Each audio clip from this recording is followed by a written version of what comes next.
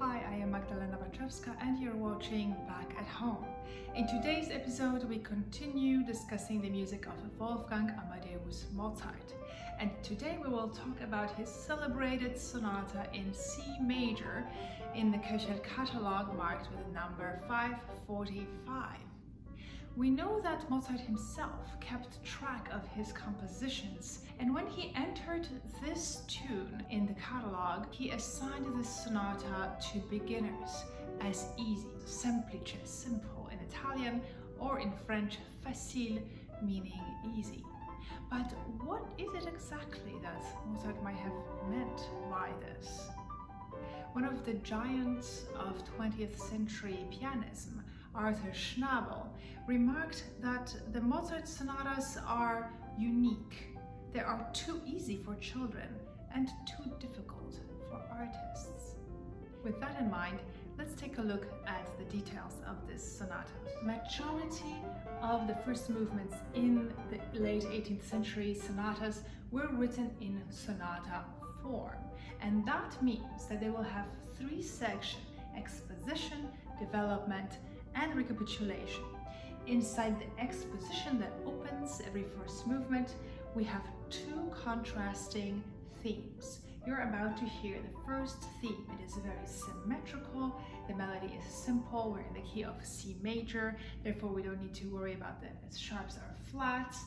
And what you will hear is the staple of the 18th century piano music, and that is the Alberti bass. You will find it in many other sonatas from that period by other composers as well.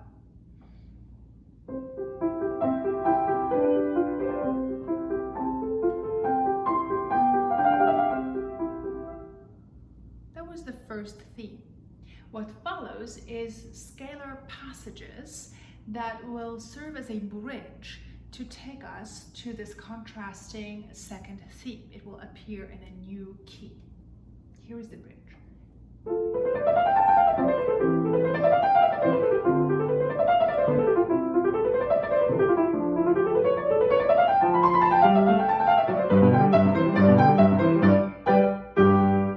The second theme is in the key of G, a fifth apart from the home key of C major. C, D, E, F, G. Let's take a listen.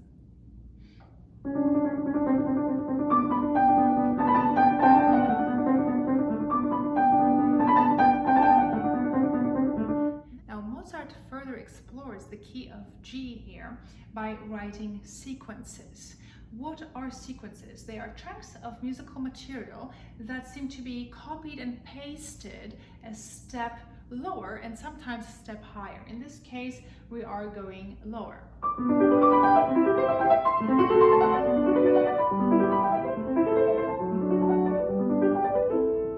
What's also very beautiful here is this musical punctuation.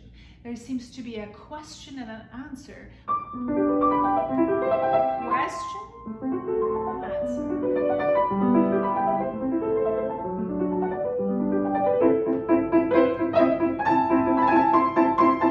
Alberti bass. That trill you will usually hear in the climactic moments, in the cadential moments. If you remember from my previous videos, a cadence is an equivalent of a full stop on a musical sentence.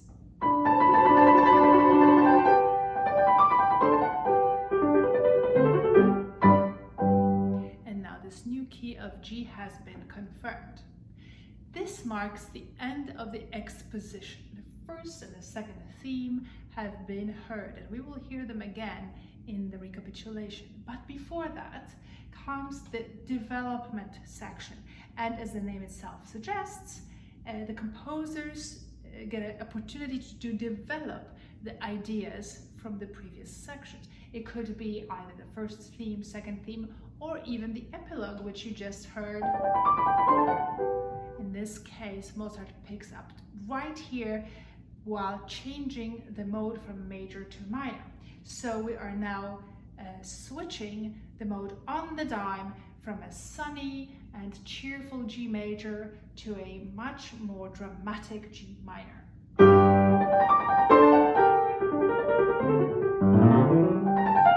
And the scales that are coming up, you will notice that it is getting busier and busier on the page with sharps and flats. They don't belong to the key of C major, and that tells us that we are starting to change keys. It is called modulations, and that's exactly what the development is for, to change keys, to introduce kind of stormy changes and modulations in order to retransition to the main theme again and the next section, which is called the recapitulation or recap. Normally, the recapitulation comes back to the home key, in this case C major. But let's listen to what Mozart does differently.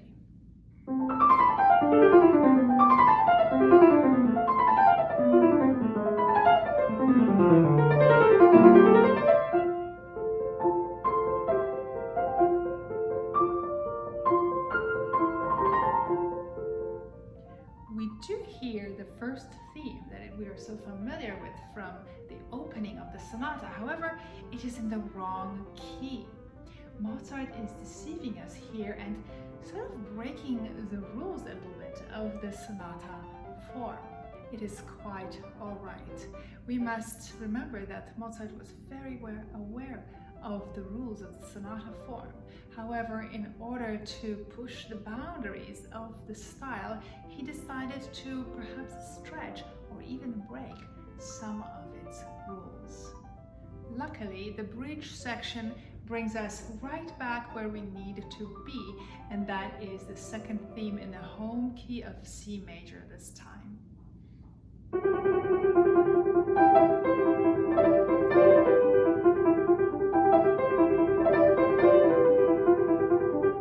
You will hear the familiar sequence of questions and answers.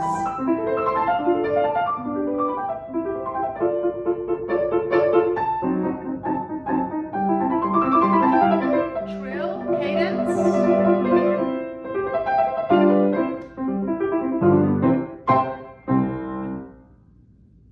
And that full cadence leaves us with no doubt that the first movement is now over.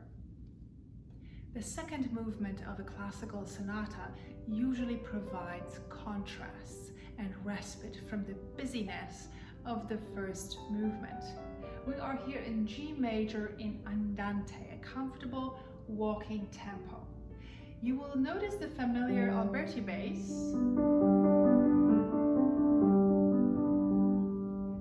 The right hand is extremely lyrical and singing, and for that I would love you to imagine a human voice, a beautiful aria. As you know, Mozart wrote many very successful operas, and I encourage you to always listen to his vocal music in order to find inspiration for your own piano playing. Let's listen to these beautiful long lines.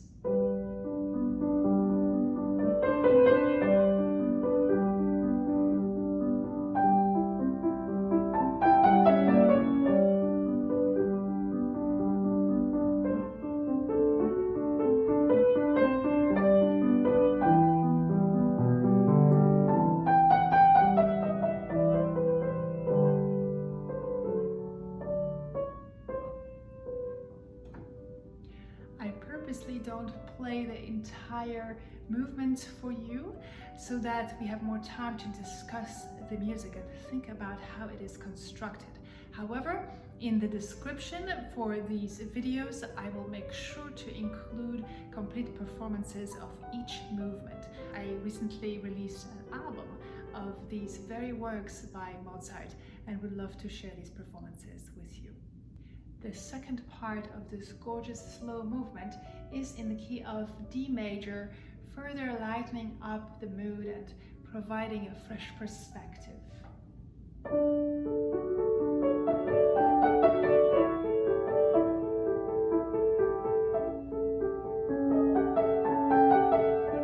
And so on. On the next page, darker.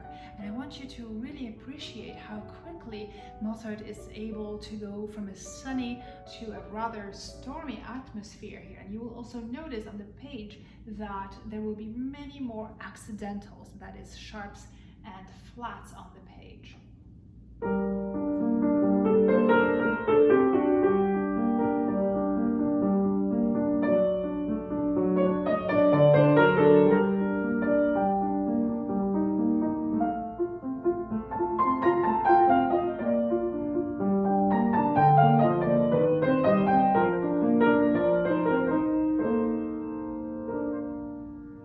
Eventually, Mozart brings us home to the key of G major, and we hear again this beautiful opening.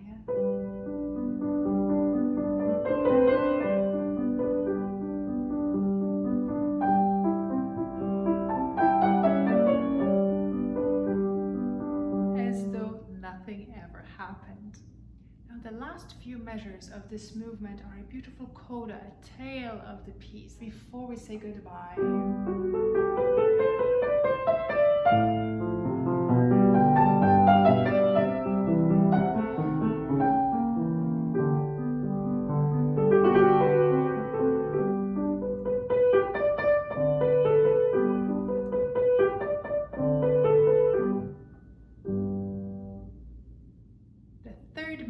Is truly dynamite. It is written in a rondo form, which means that this main melody here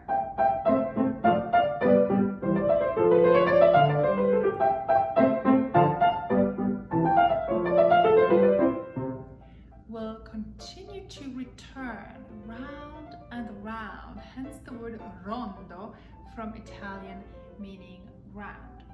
Now, the way that a rondo usually works is that the main melody, let's call it A, is alternating with so-called couplets, and the couplets could be different each time. You will recognize a couplet by how different it sounds from the main melody. Here is one.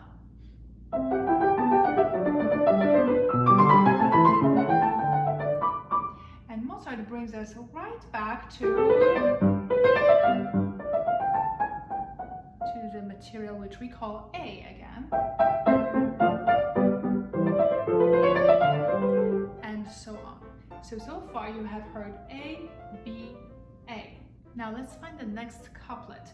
It is quite different from B, therefore I'm going to call it C.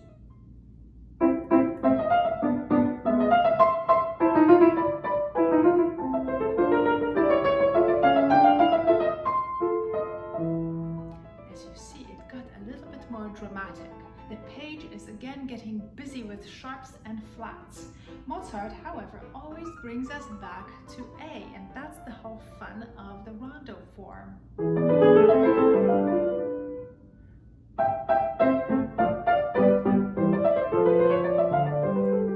And so on. So you have so far heard A, B, A, C, A. And creative and imaginative that Mozart was, he gives us a little dessert at the end in the form of a coda, which only shoots up the energy toward the end of the piece.